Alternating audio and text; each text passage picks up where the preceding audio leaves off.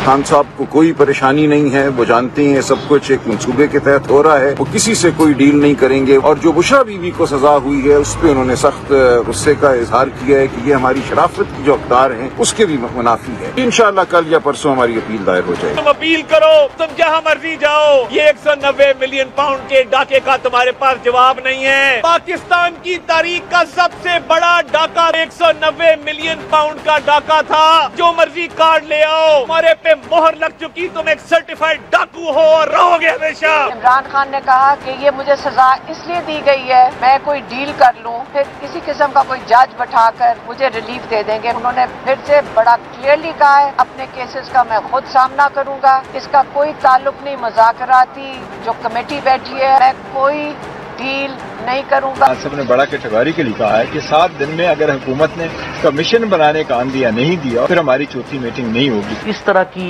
जिद जो है कि जी ये करेंगे तो फिर होगा, ये दुरुस्त नहीं है। हो सकता है कि जिस तरह से उफ्ताद तबाह डोनाल्ड ट्रंप साहब की है वो भी किसी दिन मुझे तो ये लगता है कि किसी दिन उनके भी बयान आ जाएगा। उनका भी बयानों से तो बात बनने वाली नहीं, रौला ही पेगा, फर्क नहीं पैना उधर कोई भी। इमरान खान साहब ने पूरे मुल्क में पाकिस्तान तहरीक इंसाफ को हिदायत जारी की हैं कि 8 फरवरी को हम यौम सियाह मनाएंगे। ये साल कामयाबियों का साल रहा है अल्लाह ताला के फजल से। तो वजीर आज़म साहब ने ऐलान किया है 8 फरवरी को भरपूर तरीके से यौम तामीर तरक्की के तौर पर मनाएंगे। वेलकम टू न्यूज़ वाइज, मैं हूँ आरिफा नूर। नाजरीन, प्रोग्राम में सबसे पहले हम बात करेंगे सियासी सूरत हाल पे। पिछले चंद दिनों में बहुत हलचल रही। एक तरफ तो पाकिस्तान तहरीक इंसाफ और हुकूमत के दरमियान मुज़ाकरात जो थे वो जारी थे। तीसरी मुलाकात भी हुई पाकिस्तान तहरीक इंसाफ की तरफ से, जो उनके मुतालबात थे वो लिख कर उन्होंने दे दिए, जिसके ऊपर एक रिएक्शन भी हम कह सकते हैं इमीडिएटली आ गया पाकिस्तान मुस्लिम लीग नवाज़ की तरफ से। राना सनाउल्लाह साहब ने एक प्रेस कॉन्फ्रेंस में काफ़ी सवालात उठाए कि कैसे 9 मई के जो वाक़यात हैं, जो इस वक्त ऑब्वियसली ज़्यादातर कोर्ट में मामला है, उसके ऊपर जुडिशल कमीशन हुकूमत किस तरह बना सकती है। मगर पाकिस्तान तहरीक इंसाफ की तरफ से ये जो सारे सवालात थे जो उठाए गए, उसी दिन उनको इस तरह देखा गया कि शायद पाकिस्तान मुस्लिम लीग नवाज़ जो है वो घबराई हुई है, क्योंकि उसी दिन ये भी इत्तला आई कि बैरिस्टर गौहर साहब की चीफ ऑफ आर्मी स्टाफ से मुलाकात हुई है, जिसमें कुछ गालिबन सियासी गुफ्तगू भी हुई। तो ये एक तरफ तो सूरत हाल थी। अभी भी जो ऑफिशियल जवाब है वो हुकूमत ने नहीं दिया। पाकिस्तान तहरीक इंसाफ को ज़राए से ख़बरें चल रही हैं, क़यास राई हो रही है, बट ये अभी देखने का मामला है। मगर पाकिस्तान तहरीक इंसाफ बार बार ये कह रही है कि अभी वो मुज़ाकरात अपने जारी रखेंगे। और ये उनकी तरफ से बयान आया बावजूद इसके कि इमरान खान साहब को और उनकी बेगम बुशरा बीवी जो हैं उनको जो 190 मिलियन पाउंड का केस है उसके अंदर सज़ा भी सुना दी गई। 14 साल की सज़ा इमरान खान साहब को और बुशरा साहिबा को 7 साल की सज़ा सुनाई गई है। ये फ़ैसला जो था ये 18 दिसंबर को महफूज कर लिया गया था। उसके बाद 2-3 समाअतें हुई, उसमें ये नहीं सुनाया गया। ये इवेंचुअली पिछले हफ्ते आया है। बहुत तफसील से जजमेंट भी लिखी गई है। ये भी कहा गया है कि जैसे पिछले केसेस चले इमरान खान साहब के ख़िलाफ़ बहुत तेज़ी में, इस तरह का कोई मामला इस केस में नहीं रहा। बहुत तसल्ली से बात की गई है और आर्ग्यूमेंट्स दोनों साइड्स को प्रेजेंट करने का वक्त भी दिया गया है। अदालती फ़ैसले में ये भी कहा गया कि जो प्रोसिक्यूशन थी उसने गवाह जो हैं वो पेश किए। मुल्ज़िमान के जो वकला थे उन या उनकी जो दिफाई टीम थी वो उन प्रोसिक्यूशन विटनेसेस को झुटला नहीं सकी। ये भी कहा गया कि बहुत ठोस और जामे अंदाज में जो केस था वो पेश किया गया है। तवील जिरा भी हुई जो गवाह थे, बट इसके बावजूद केस जो था वो कमज़ोर नहीं पड़ा।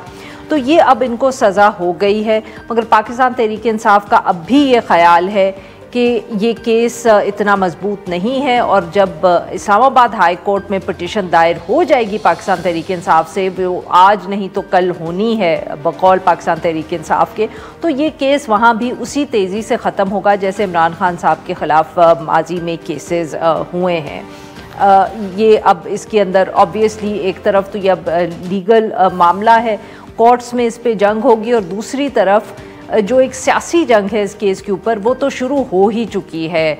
दोनों साइड्स की तरफ से अकाउंट्स भी पेश किए जा रहे हैं, जजमेंट्स भी कोर्ट की जा रही हैं, मगर इवेंचुअली फैसला जो है वो ये कोर्ट्स में ही होगा। इस सारे मामले पे गुफ्तगू करने के लिए आज हमारे साथ मौजूद हैं सेनेटर बैरिस्टर अली ज़फ़र साहब, रहनुमाए पाकिस्तान तहरीक के माहिर कानून भी है, और हमें ज्वाइन किया अशतर औसाफ साहब ने, साबिक attorney general Pakistan. Welcome to the show gentleman.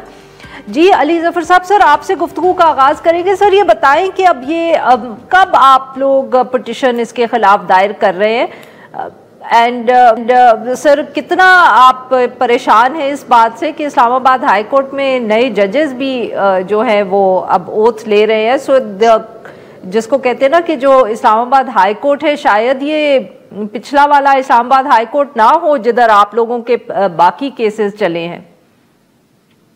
देखिए आरफा, बिल्कुल बोगस, बेबुनियाद, फेक, यानी किसी शहादत के बगैर ये केस था। जजमेंट तो हमें एक्सपेक्टेड थी कि यही सुनाई जाएगी। जज साहब के हाथ में कलम होता है, वो जो मर्जी लिख दें। ये उस किस्म की जजमेंट है कि उन्होंने अपनी मनमानी लिख दी और जो एक्चुअली डिफेंस थी और जो केस है उसको भूल गए। सबसे बड़ी बात ये थी इस केस की कि ये साबित करना था नैब ने कि पैसा जो 190 मिलियन पाउंड्स की बात करते रहते हैं, क्या ये पैसा चोरी का पैसा था कि नहीं। इसके ऊपर सारे केस का जो इमारत है वो खड़ी थी कि अगर ये चोरी का पैसा है फिर तो हुकूमत का इस पे हक था, फिर तो आगे बात चलती है कि काबीना ने क्या फैसला किया क्या नहीं किया। लेकिन अगर ये चोरी का पैसा ही नहीं था और अगर ये NCA जो ऑर्गेनाइजेशन थी UK की, उन्होंने ये फैसला कर दिया कि चोरी का पैसा नहीं था और नैब ने भी ये मान लिया कि चोरी का पैसा नहीं था और जज साहब के पास भी कोई सबूत नहीं आया कि चोरी का पैसा था या नहीं, तो फिर ये इमारत जो थी, केस जो थी, प्रोसिक्यूशन जो थी, वो सारी की सारी गिर जाती है। और यही है इस केस में सारा मामला कि चोरी का पैसा नहीं था। ये मलिक रियाज साहब ने खरीदी थी, हसन नवाज साहब से प्रॉपर्टी खरीदी थी, उस प्रॉपर्टी को आगे बेचा था, बेचने के बाद वो पैसा उनके अकाउंट में आया था, वो फ्रीज किया था NCA ने, और NCA ने फैसला कर दिया कि ये जो है चोरी का पैसा नहीं है। उसके बाद कोई केस इमरान खान साहब के खिलाफ नहीं बन सकता था और उनकी जो वाइफ है मिसेज इमरान खान, उनका तो दूर दूर तक, वो ना काबीना की मेंबर थी, उनको तो वैसे ही सिर्फ प्रेशराइज करने के लिए सजा दे दी गई। तो ये केस है, बिल्कुल ठीक सर। इसके ड्राफ्टिंग हो गई है इसकी तकरीबन ख़त्म, और इंशाल्लाह कल या परसों इसको हम फाइल कर देंगे इस्लामाबाद हाई कोर्ट में। अब आपने दूसरी बात की कि इस्लामाबाद हाई कोर्ट में हमें क्या खदशा है कि क्या होगा। अभी तक तो आपने देखा कि cipher case Islamabad high court गया, वो ख़त्म हो गया। उसके ऊपर भी कहते थे, बड़ी बड़ी बातें करते थे कि सबसे मजबूत केस है, ये तो एडमिशन है, ये तो सज़ा हो गई है और ये तो सज़ा कभी ख़त्म नहीं होगी, लेकिन वो इस्लामाबाद हाई कोर्ट ने ख़त्म कर दी। इसी तरह तोशाखाना 1 केस में भी ये कहते थे ओपन एंड शट केस है, बिल्कुल ये तो बिल्कुल क्लियर केस है और इसमें बहुत जुर्म किया है। वो पहले दिन ही अदालत ने कन्विक्शन भी, मैं पेश हुआ, पहले दिन ही कन्विक्शन भी और सेंटेंस भी सेट असाइड कर दिया। इस केस में भी यही होना है, क्योंकि सबसे पहला सवाल इस्लामाबाद हाई कोर्ट पूछेगा, चाहे जो भी जज साहिबान हों बैठे हुए, वो ये पूछेंगे कि आप ये बताएं कि चोरी के पैसे की आपके पास कहाँ से सबूत है कि 190 मिलियन हुकूमत का पैसे कैसे बनता है। जब वो नहीं सर, अगर आप इजाजत दें तो मैं जरा अशतर साहब को भी गुफ्तगू में शामिल करूं। We just come back to this point. Ashtar साहब, आपने जफर अली साहब की बात सुनी, अली जफर साहब की।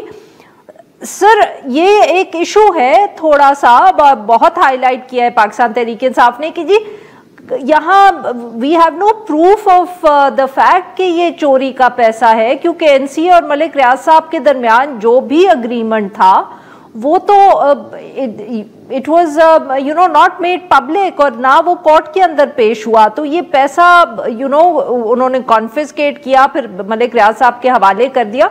क्लैरिटी नहीं है कि कहीं कोई यहाँ जिसको कहते हैं ना क्राइम एस्टैब्लिश हुआ है, ना पाकिस्तान में किसी अथॉरिटी ने किया। I wish it was that simple. It is not that simple.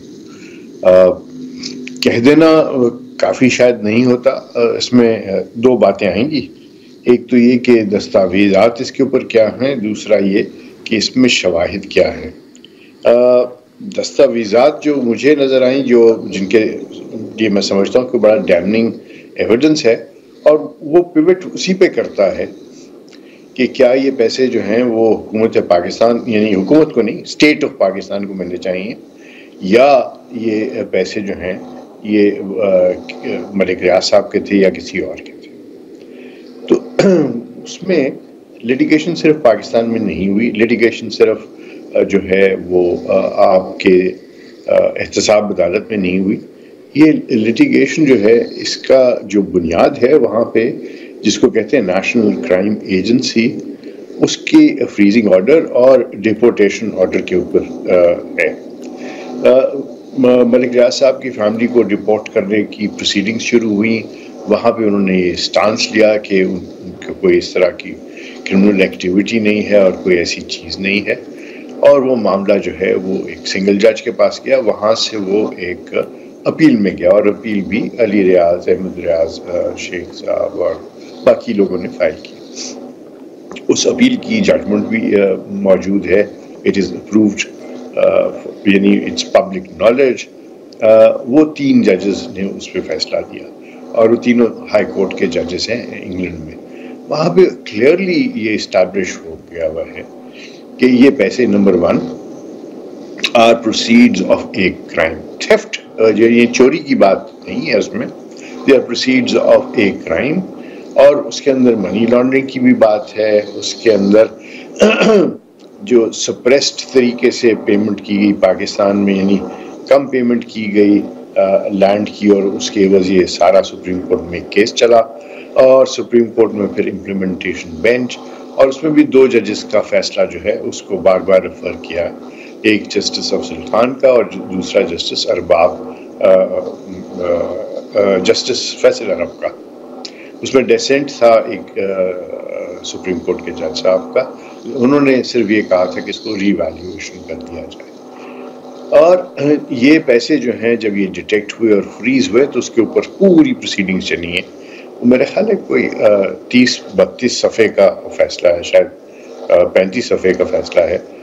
اس میں یہ سٹانس لیا گیا کہ یہ چوری کا پیسہ نہیں ہے اور یہ پیسہ جو ہے لیجیٹمیٹ ہے، اس کو رد کیا یو کے ہائی کورٹ نے، اور اس کے اپیل میں، اور اپیل انہوں نے فائل کی ہوئی تھی، اور اس کے بعد انہوں نے کہا کہ یہ نیشنل کرائم ایجنسی کا فرض بنتا ہے، مینڈیٹوری ہے کہ یہ اسٹیٹ آف پاکستان کو دیا جائے، اور اس میں کوئی کسی قسم کا ابہام نہیں ہے۔ دوسری جو لمب ہے لیٹیگیشن کی وہ ہے سپریم کورٹ آف پاکستان میں۔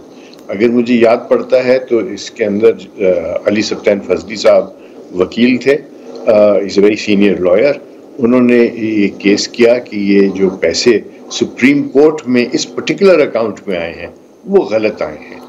سپریم کورٹ نے بھی اس کے اندر نوٹس دے کے سب کو سننے کے بعد کوئی اس میں ایسی چیز نہیں تھی جس میں سنا نہ گیا ہو یا وہ جلدی میں فیصلہ ہوا ہو، انہوں نے ہیئرنگ کر کے اس کے اندر یہ فیصلہ دے دیا کہ یہ پیسے اسٹیٹ آف پاکستان کے ہیں، یہ یہاں آنے ہی غلط تھے۔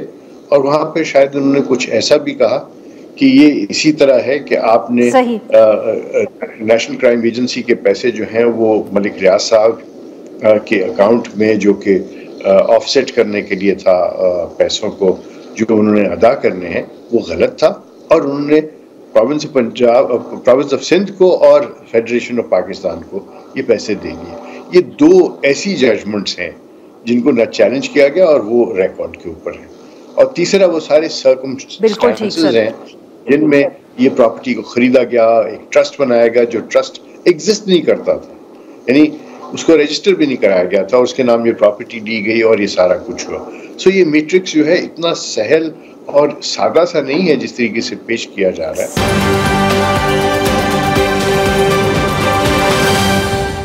علی ظفر صاحب، سر جو اشتر صاحب نے بات کی، جو ججمنٹ ہے یو کے کورٹ کی، سر اس کے اندر تو اتنی تفصیل سے سوالات اٹھائے گئے ہیں ملک ریاض صاحب کی، جو ساری بزنس ڈیلنگز ہیں، خاص طور پہ یہ جو کراچی کی زمین کا کیس تھا، آفٹر آل انہوں نے ان کا ویزا ریجیکٹ کیا اور اسی بیسس پہ ریجیکٹ کیا تھا، اور اب میرے خیال میں وہ اور ان کا بیٹا جو ہے وہ واپس یو کے ویزے کے لیے ایلیجبل ہی نہیں ہے. تو کچھ نہ کچھ تو سر غلط بات اس میں ہے ہی صحیح، کتنا وہ کیس چلا اور ان کی اپیلز ریجیکٹ ہوئیں. اور سر جیسے اشتر صاحب نے بھی ذکر کیا کہ I mean there are huge question marks کہ ایک دن کیبنٹ بند لفافے میں ایک فیصلہ کرتی ہے اور اس کے بعد جو ایک ٹرسٹ بنایا ہوا ہے وزیر اعظم صاحب نے اور ان کی بیگم صاحبہ نے، اس میں اتنی ڈونیشن بھی آ جاتی ہے. تو سر دیر آر کوسچنز، یہ آپ یہ کہہ دینا کہ یہ چوری کا پیسہ نہیں ہے، ایسی بات ہوتی تو ان کا ویزا نہ ریجیکٹ ہوتا جیسے کہ وہ ججمنٹ میں ساری تفصیل دی ہوئی ہے. دیکھیں ویزا جو پروسیڈنگز تھیں جس کا ذکر کر رہے ہیں اشتر صاحب، یہ پروسیڈنگز تھیں ویزا ریجیکشن کے بارے میں کہ ویزا خط بند کریں یا اس کو ایکسٹینڈ کریں. اس میں مختلف قسم کی انہوں نے باتیں ضرور کی ملک ریاض صاحب اور ان کی فیملی کے بارے میں، اور کہا کہ کیونکہ یہ آپ پاکستان میں کیسز میں انوالوڈ ہیں اس لیے ہم آپ کو ویزے ایکسٹینڈ نہیں کریں گے آپ کا. لیکن اس ججمنٹ میں اہم بات یہ ہے، اس کیس سے جو متعلق بات ہے وہ بہت اہم یہ ہے کہ اس ججمنٹ میں کہیں یہ نہیں لکھا کہ یہ 190 ملین جو تھا یہ والا پیسہ جو تھا چوری کا پیسہ تھا. بلکہ اگر یہ چوری کا پیسہ ہوتا تو عارفہ آپ خود مجھے بتائیے کہ این سی اے اس کو چھوڑتا کیوں؟ این سی اے کیوں اس کو کہتا کہ ٹھیک ہے آپ اس پیسے کو پاکستان لے جائیں؟ آپ اگر یہ چوری کا پیسہ ہوگا تو این سی اے کے پاس یہ اختیار ہی نہیں تھا کہ وہ ملک ریاض صاحب کو یہ پیسہ واپس کر دیتی یا فریزنگ آرڈر ختم کر دیتی. تو یہ سب سے بڑا ثبوت. تو سر پھر واپس کیوں بھیجا انہوں نے؟ اگر اس پیسے میں کوئی مسئلہ نہیں تھا تو Y would they send it back? وہ اس لیے کیونکہ ان کو جب ویزا ان کا ریجیکٹ کیا اور کہا کہ اب آپ پاکستان سے چلے جائیں، اب انگلینڈ سے چلے جائیں، تو پھر انہوں نے یہ ریکویسٹ کی ہوگی این سی اے کو کہ جناب پھر ہمیں پیسہ بھی لے جانے دیں باہر. اور وہ انہوں نے این سی اے نے کہا ٹھیک ہے ہم پیسہ لے جانے دیتے ہیں آپ کو، آپ لے جائیں اگر پاکستان لے جانا چاہتے ہیں. اور انہوں نے پھر یہ سیٹلمنٹ کر دی ان کے ساتھ، جو سیٹلمنٹ خیر آئی تو نہیں ریکارڈ پہ، لیکن سیٹلمنٹ کا جو نیب کے مطابق سیٹلمنٹ یہ تھی کہ وہ پیسہ پاکستان بھیج دیں. تو یہ این سی اے نے فیصلہ کیا پاکستان بھیجنے کا، این سی اے نے ڈی فریزنگ کا فیصلہ کیا. اس میں کابینہ کا کوئی فیصلہ نہیں ہے کہ آپ ڈی فریزنگ کریں. یہ کنفیوز کر رہے ہیں سارے، یا آپ کنفیوز کرنے کی کوشش کر رہے ہیں جج صاحب جب وہ کہتے ہیں کہ کابینہ نے یہ فیصلہ کیا کہ پیسہ پاکستان لے آؤ. کابینہ نے کیا فیصلہ کیا اس کا بھی میں ذکر کرتا چلوں. کابینہ نے جو فیصلہ کیا جو ریکارڈ پہ ہے اور جو مانتے بھی ہیں عدالت بھی مانتی ہے، وہ یہ ہے کہ یہ جو ایگریمنٹ ہے، کیونکہ این سی اے نے ان کو ریکویسٹ کی کابینہ کو کہ جناب ٹھیک ہے ہم یہ پیسہ ہم نے اجازت دے دی ہے سبجیکٹ ٹو، یعنی اس کی کنڈیشن یہ ہے کہ آپ جو کابینہ ہے وہ اس سیٹلمنٹ کو کانفیڈینشیل رکھے گی. تو کابینہ نے صرف یہ فیصلہ کیا کہ یہ سیٹلمنٹ جو ہے یہ ہم کانفیڈینشیل رکھیں گے. انہوں نے سیٹلمنٹ میں کوئی حصہ نہیں لیا، کوئی فیصلہ نہیں کیا، کوئی ریکویسٹ نہیں بھیجی کہ اس کو ڈی فریز کر دیں. وہ سارا معاملہ این سی اے اور ملک ریاض صاحب اور ان کی فیملی کے بیچ تھا. کابینہ نے تو صرف یہ فیصلہ کیا کہ ہم اس کو کانفیڈینشیل رکھیں گے، جس میں کوئی جرم نہیں ثابت ہوتا یا جرم بنتا ہی نہیں ہے یہ سرے سے، کیونکہ نمبر 1 وہ جرم کا پیسہ تھا، نمبر 2 یہ فیصلہ کرنا کہ ایگریمنٹ کو ہم کانفیڈینشیل رکھیں گے یہ جرم ہی نہیں بنتا. جو جج صاحب کہہ رہے ہیں کہ کابینہ نے فیصلہ کیا کہ ریلیز کریں، یہ کوئی ایسا ثبوت نہیں ہے. اشتر صاحب آپ علی ظفر صاحب کی اس بات سے اتفاق کریں گے سر کہ کابینہ نے صرف یہ فیصلہ کیا کہ جو ویسے ہی اگریمنٹ کانفیڈینشیل تھی بٹوین این سی اے اور ملک ریاض صاحب وہ پاکستان میں بھی کانفیڈینشیل رہے گی. وہ کہہ رہے ہیں کیبنٹ کا کوئی فیصلہ نہیں تھا. اور سر اگین ڈاکیومنٹس ہمارے سامنے ہیں نہیں ہے سچ. میں بتاؤں آپ کو سب سے پہلے آپ کا سوال جی اشتر صاحب سوری علی ظفر صاحب وہ سر ذرا وقت کم ہے تو اشتر صاحب اگر کچھ جی دو باتیں بالکل چھوٹی چھوٹی سی. نمبر 1 یہ پیسے پاکستان کیوں بھیجے گئے؟ پاکستان اس لیے بھیجے گئے کیونکہ اگر یہ جرم جو ہے یہ انگلینڈ میں ہوا ہوتا، یہ معاملات کسی برٹش سبجیکٹ کے ہوتے تو یہ پیسے بالکل واپس نہیں آنے تھے. یہ پیسے اس لیے واپس آئے کیونکہ نیشنل کرائم ایجنسی اور وہ جو قوانین ہیں انگلینڈ کے، وہ اس چیز کا خاص طور پہ اینٹی کرپشن کے معاملات میں وہ oblige کرتے ہیں NCA کو کہ اس ملک میں پیسے بھیج دیں جہاں سے وہ پیسے اسکم ہو کے آئے ہیں.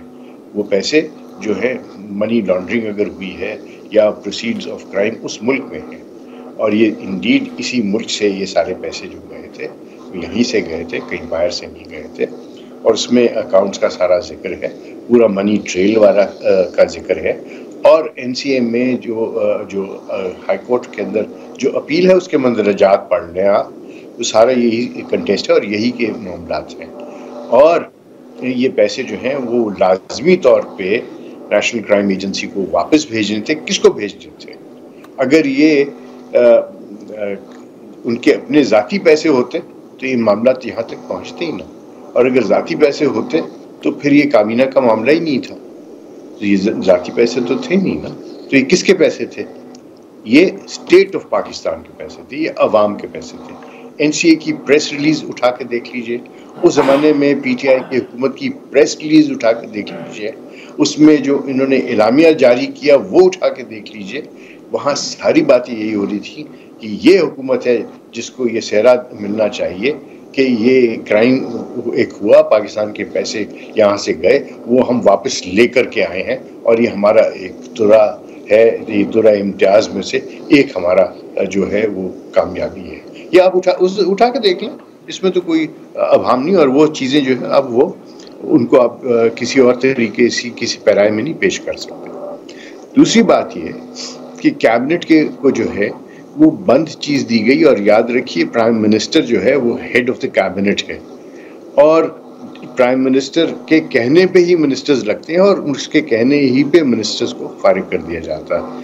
ہی is the boss of the entire cabinet. ایسا نہیں ہے کہ کیبنٹ والے جو ہیں تو وہ ان کو یہ آرڈر کیا گیا، ان کو یہ کہا گیا کہ بھئی میرے پہ کانفیڈنس رکھو. لیکن شیخ رشید صاحب جیسے صاحب جو ہیں، وہ شیریں مزاری صاحب اور بہت سارے بالکل صحیح. سر very quickly, I very little time left. مجھے علی ظفر صاحب سے سر ویری کوئکلی یہ بتائیے گا کہ یہ جو کوئنسیڈنس ہے، آپ مطلب کہ بقول پاکستان تحریک انصاف کے دس از جسٹ اے کوئنسیڈنس کہ یہ ایک طرف کابینہ یہ فیصلہ کرتی ہے اور دوسری طرف القادر یونیورسٹی کو زمین ملتی ہے اسی شخص سے. Sir how can you explain this away? بہت سوالات اٹھتے ہیں. Very quickly sir, we've run out of time. دیکھیں، ڈونیشن دینا ایک چیریٹی کو، اس کا یہ مطلب نہیں ہوتا کہ آپ ٹرسٹیز کو کوئی بینیفٹ دے رہے ہیں. ایک ڈونیشن انسان دیتا ہے، چاہے وہ جس طرح بھی دے، وہ ڈونیشن دیتا ہے اس پرپز کے لیے جو چیریٹیبل پرپز ہے. مثلا آپ شوکت خانم کو اگر 10 کروڑ روپیہ بھی دے دیں تو اس کا یہ مطلب نہیں کہ آپ عمران خان صاحب کو 10 کروڑ روپیہ دے رہے ہیں. اس کا مطلب ہے آپ شوکت خانم کو دے رہے ہیں تاکہ اس کا جو پرپز ہے لوگوں کا مفت علاج کرنا، کینسر پیشنٹس کو دیکھ بھال کرنا، وہ اس پرپز کے لیے اگر آپ چیریٹی استعمال کریں. چیریٹی دینا جرم نہیں ہوتا. اس کو کنیکٹ کرنا، اگر ان کی جیب میں جا رہا ہوتا تو آپ کوئی کنیکٹ کر سکتے تھے کہ ہاں جناب ان کو بینیفٹ ہو رہا ہے. لیکن اگر کسی کی جیب میں نہیں جا رہا تو پھر اس کا کسی صورت میں آپ یہ نہیں کہہ سکتے بینیفٹ ہو رہا ہے. آپ عیدی ٹرسٹ کو آپ دیتے ہیں، اس کا یہ مطلب نہیں ہے کہ عیدی فیملی کو آپ پیسے دے رہے ہیں. اس کا مطلب یہ ہے کہ آپ ڈونیشن کر رہے ہیں. تو بہت بہت شکریہ ہمارے دو مہمانوں کا، انہوں نے ہمارے لیے وقت نکالیں. یہاں پہ لیتے ایک چھوٹی سی بریک، اور جب ہم بریک سے واپس آئیں گے تو ہم بات کریں گے جو سپریم کورٹ کے اندر ایک ہم کہہ سکتے ہیں کہ ہمیں پھر ججز میں شاید کوئی اختلاف نظر آ رہا ہے.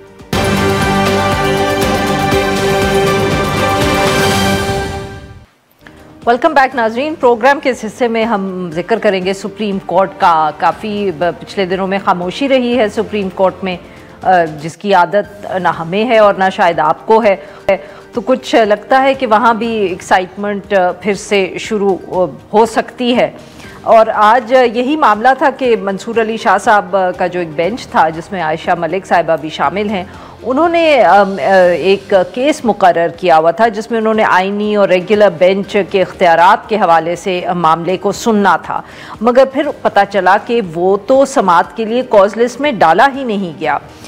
یہ منصور علی شاہ صاحب کو جب وکیل نے بتایا تو اس کے بعد انہوں نے ایڈیشنل رجسٹرار سپریم کورٹ کو وہاں بلا لیا تاکہ اس سے پوچھا جائے डेप्यूटी रजिस्ट्रार उनके सामने पेश हुए। बताया गया कि जो प्रैक्टिस एंड प्रोसीजर कमेटी है उसका एक इजलास हो गया जिसमें ये फैसला कर लिया गया कि वो बेंच जो है उधर ये समाअत नहीं होगी और वो तो अब आईनी जो बेंच है उसके सामने पेश होगा। मंसूर अली शाह साहब ने वहाँ रिमार्क्स भी दिए कि ये कैसी कमेटी का इजलास हुआ है, मैं भी उसका मेंबर हूँ, मुझे तो मालूम नहीं हुआ। और इस मामले के एंड पे उन्होंने शोकॉज नोटिस भी दिया है जो डेप्यूटी रजिस्ट्रार पेश हुए। इस सारे मामले पे गुफ्तगू करने के लिए आज हमारे साथ मौजूद है मरियम नवाज साहिबा, सहाफ़ी हैं, बहुत गहरी नज़र रखती हैं ये कोर्ट के मामला पे। Welcome to the show Maryam Sahiba. क्या मामला बना, ये कौन सा केस और कैसे मंसूर अली शाह साहब ने सुन लिया? ये तो हम सबको पता है कि अब तो ये 26वीं आईनी तरमीम का आईनी बेंच के सामने जाएगा, ये बीच में किधर से इधर मामला पहुंच गया? देखिए 26वीं तरमीम जब प्रपोज भी हुई थी तो उसके बाद भी कुछ ऐसे केसेस सामने आए थे जो कि थे तशरीह के मामलात, मगर वो इन बेंचेस के सामने आ गए थे और गाए बगाए उनको आईनी बेंच को भेजा गया। मगर ये एक मुकदमा आ गया जो कि सिंपली कुछ जो कंपनीज हैं, उनमें मुख्तलिफ कंपनीज हैं जो कि गाड़ियों से मुतालिक और मुल्क में जिनके बड़े बड़े शोरूम्स वगैरह हैं, उन कंपनीज का ये केस था। और इसको ऑलरेडी जस्टिस मंसूर अली शाह वगैरह, क्योंकि वो कंपनी लॉज और इन चीज़ों के माहिर है, टैक्स मैटर्स के, तो वो सुन रहे थे। अब 26वीं तरमीम के बाद जब ये मुकदमा उनके सामने आया और उनमें से एक वकील साहब ने उन पर एतराज़ किया कि आप ये मुकदमा नहीं सुन सकते क्योंकि ये आईनी बेंच के सामने जाना है, कस्टम एक्ट्स की तशरीह का केस है, तो आप इससे अलग हो जाइए। तो उन्होंने कहा कि आईनी बेंच के बनने के बाद किसी रेगुलर बेंच से इख्तियारात कैसे लिए जा सकते हैं, इस नुक्ते पर हमारी मुआवनत कर दें। मुआवनत के लिए उन्होंने नोटिस किया तो 13 जनवरी को नोटिस होता है, 16 जनवरी को बेंच तब्दील हो जाता है और बेंच के अंदर अचानक से जस्टिस मंसूर अली शाह, जस्टिस आयशा मलिक के साथ जस्टिस इरफान सादत को हटाकर उनको चीफ साहब अपने बेंच पे ले जाते हैं, जस्टिस आया आफरीदी, और वहां भेज दिया जाता है जस्टिस अकील अब्बासी को, जिनका सिंध हाई कोर्ट का वो जजमेंट है जो इनके सामने चैलेंज्ड है। तो 16 जनवरी को बेंच तब्दील होता है और अब से कुछ देर पहले पता चला कि जो बेंच आज बैठा था यानी जस्टिस आयशा मलिक, जस्टिस मंसूर अली शाह और जस्टिस अकील अब्बासी, अब कल वो बेंच भी नहीं है। कल जस्टिस मंसूर अली शाह और जस्टिस अकील अब्बासी हैं, जस्टिस आयशा मलिक बेंच में नहीं होंगी, जिन्होंने आपने अभी बताया भी कि जो असिस्टेंट रजिस्ट्रार है नजर अब्बास, उनको शोकॉज नोटिस जारी कर रखा है और उनसे पूछा है कि क्यों आपने जुडिशियल ऑर्डर के बावजूद ये जो मुकदमा है बेंच के सामने मुकर्रर नहीं किया। सुप्रीम कोर्ट की अपनी इसके ऊपर मुतअद्दिद फाइंडिंग्स हैं कि उसमें साकिब निसार दौर में भी ये होता रहा, बाद में काजी फैजीसा और जब जस्टिस बंदयाल के दरमियान बहुत ही चपकरिश चल रही थी तब भी ये मामला तय हुआ कि एक इंतजामी ऑर्डर जो जुडिशियल ऑर्डर है उस पर सुबकत नहीं रखता, जो एडमिनिस्ट्रेटिव साइड पे ऑर्डर है वो पाबंद है जुडिशियल ऑर्डर का। तो 3 रुकनी जजेस कमेटी भी जो है वो इंतजामी सतह पर है और वो इंतजामी ऑर्डर्स करती है, उसको भी सुप्रीम कोर्ट के जुडिशियल ऑर्डर्स का ताबे होना पड़ता है। अब एक बड़ा इस मुकदमे में सवाल नंबर 1 तो ये है कि जस्टिस मंसूर अली शाह को खबर क्यों नहीं हुई कि ये इजलास कब हो गया, कैसे हो गया? आपने 3 हिस्सा है उस कमेटी का हिस्सा है। अगर आप supreme court practice and procedure act जिसको सुप्रीम कोर्ट ने अपहेल्ड किया था उसको पढ़े तो 3 मेंबर्स में ने लाजमी बैठकर इजलास करना है। 3 मेंबर्स में से कोई एक डाइसेंट करे या दोनों करे वो उनका इख्तियार है, लेकिन वो जो चीफ जस्टिस की पावर्स थी वो 3 मेंबर्स को डिसॉल्व हुई थी। ये नहीं था कि 2 मेंबर की मेजोरिटी बन रही है तो वही बैठकर फैसला कर ले और तीसरे को मतलब भी नहीं करे। जब अच्छा तो यानी कि ये अजम्पशन नहीं हो सकती कि क्योंकि उन दोनों के एक जैसे ख्यालात होंगे तो उन्होंने कहा हमें तीसरे को बताने की क्या जरूरत है, बिकॉज वी ओवर रूल है।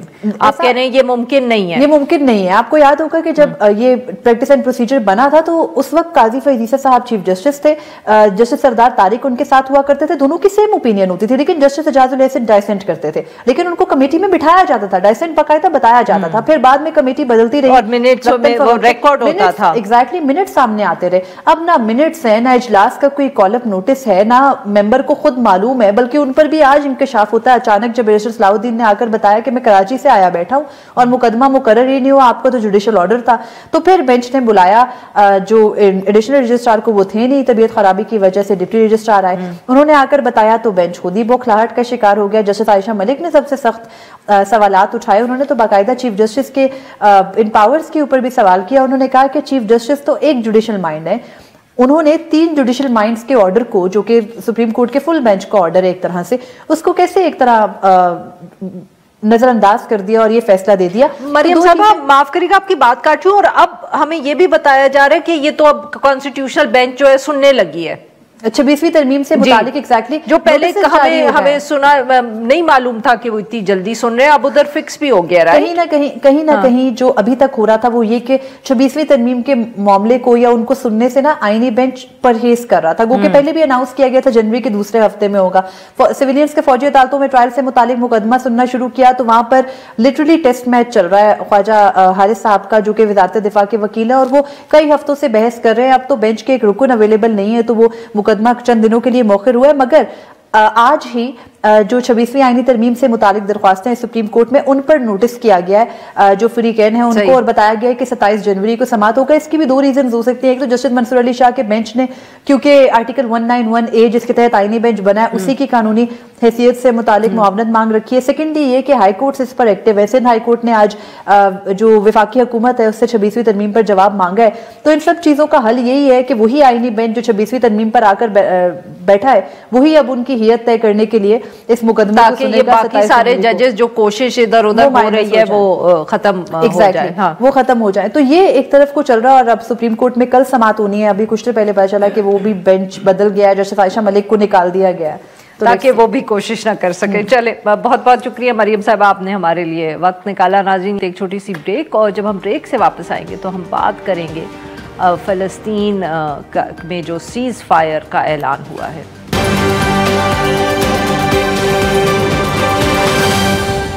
Our incoming administration has achieved all of this in the Middle East in less than 3 months without being president. I will stop the chaos in the Middle East and I will prevent World War III from happening, and you have no idea how close we are. Welcome back नाज़रीन। Programme के इस हिस्से में हम जिक्र करेंगे गज़ा का, जहां बहुत अरसे के बाद खुदा करके हम कह सकते हैं कि सीज़ फायर का ऐलान हुआ है।